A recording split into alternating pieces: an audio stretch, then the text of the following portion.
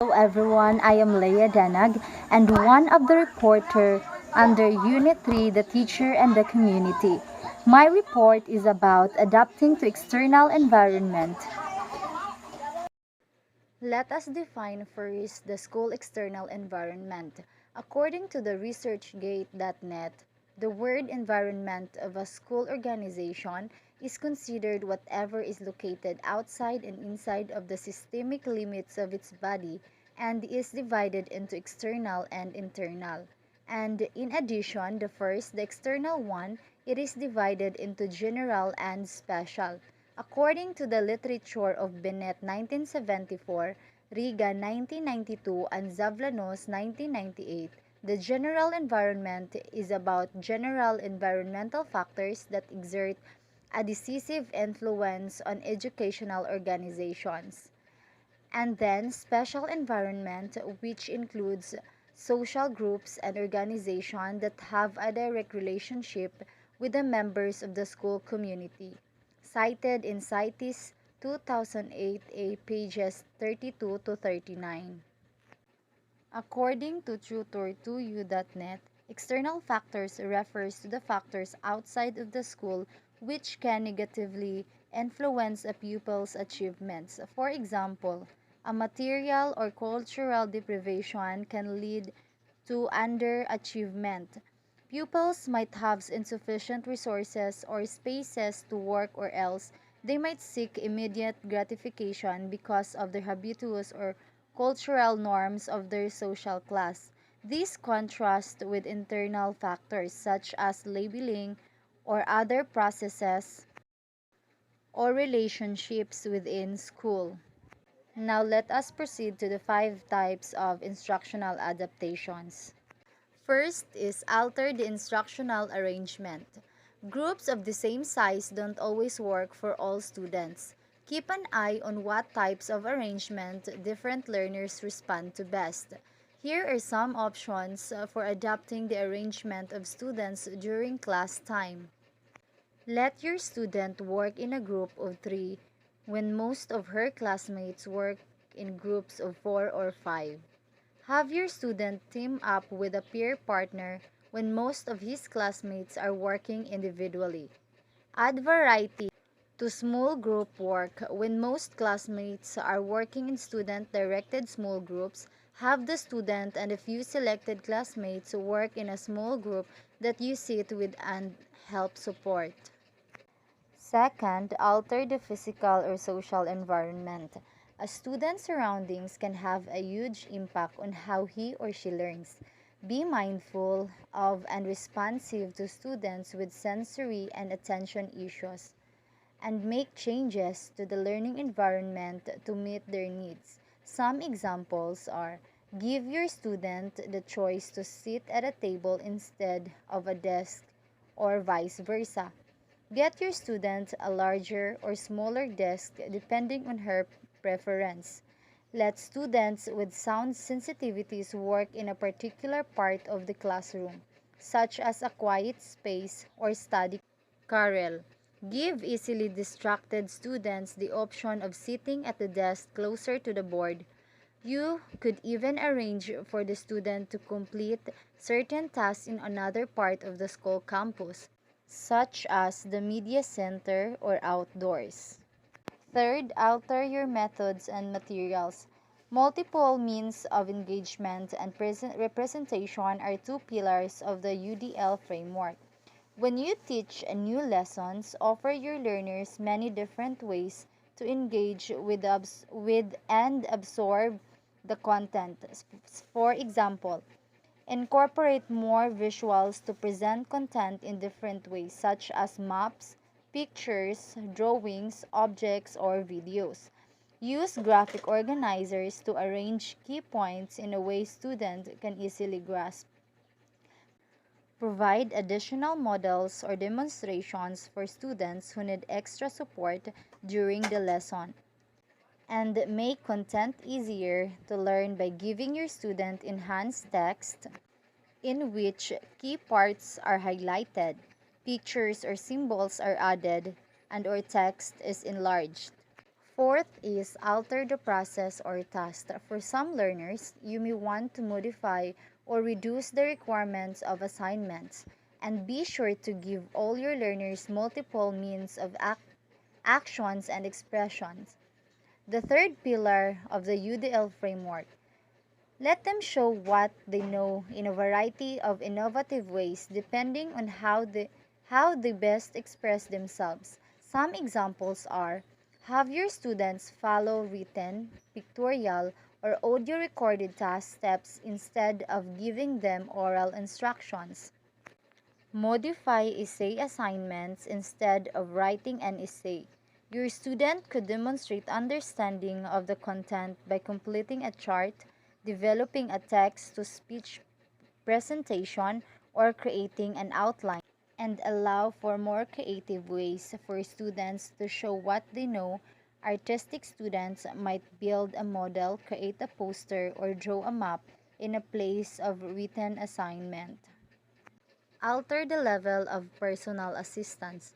For learners who need extra support with some tasks, enlist helpers such as peers or special educator or a paraprofessional. They can provide assistance in a variety of ways depending on the learner's needs. Have the helper model the steps of a task before the student performs them on her own. Encourage helpers to provide additional prompts, verbal, gestural, or partial physical when students need them. Assign the helper to complete some of the task steps with or for the students. Ask the helper to give the student immediate feedback and additional encouragement to reinforce successes. So those are the 5 types of instructional adaptations. Now, how do external factors affect school performance? School performance is strongly related to the prior attainment and socioeconomic background of a school's intake. Once intake characteristics are controlled for variation in school performance is not large. There is a limit to what can be done to break the link between pupil background and attainment by interventions directed at whole school improvement. Some pupil interventions have been demonstrated to produce gains in attainment for disadvantaged pupils. For example, there is a robust evidence of the efficacy of preschool intervention in breaking the link between background and attainment. However, effective teaching and learning is a complex activity that cannot readily be reduced to simple interventions. The most effective interventions are those that start early and then sustained over the course of the pupil's school career. There are some wider influences on attainment such as maternal health, family income, and the socioeconomic mix of peers, which indicate measures that are much wider than the current focus of education policy. Let us proceed to national standards and frameworks. What is standard? Learning standards are concise, written descriptions of what students are expected to know and to be able to do at a specific stage of their education. On the other hand, a curriculum framework is an organized plan or set of standards or learning outcomes that defines the content to be learned in terms of clear, definable standards of what the students should do. So we have here the principles underpinning the development of professional standards for teaching consistent with the framework. Acknowledge the link between quality teaching and improved students' learning outcomes. Ensure consistency and enable recognition of quality teaching. Reflect authentic and extensive knowledge about teaching and learning. Encourage teachers to aspire to a higher level of performance. Have regard for the future but are grounded in current effective professional practice. Reflect the theoretical knowledge of specific content and pedagogy and the practical application of that knowledge to improve students' learning. Are outcomes based to ensure strong links between standards for teaching, their evaluation, and professional learning. Reflect teachers' professional experience and growth on a continuum from undergraduate preparation to professional leadership, and promote, support, recognize, and reward quality teaching in a full range of social and cultural contexts in which teaching occurs. Now, let us see the framework. Designing and managing student learning. So it is divided into two, the career dimension and professional elements. Under career dimension, we have graduate, competence, accomplishments, and leadership. While professional elements, we have professional knowledge, professional practice, professional values, and professional relationship. Career dimension. Teachers develop their knowledge, skills, and practices throughout their professional lives, but teacher development is not a simple linear process. They enter the profession with varying levels of prior learning, work experience, and professional preparation, and work in a range of different contexts. As what I've said earlier, under career dimension, we have graduate. The national framework allows the identification of the specific attributes to individual teacher education graduates. Second, competence. The national framework allows for the establishment of a mechanism and process that signifies professional competence or formal and full entry to the profession. Accomplishment consistent with the priority of recognizing teacher quality and supporting the development of teachers. The national framework allows for recognition of teachers who are highly accomplished and highly regarded by their peers. Last is leadership, a framework which facilitates a culture of recognition and quality should also enable professional leaders to be identified.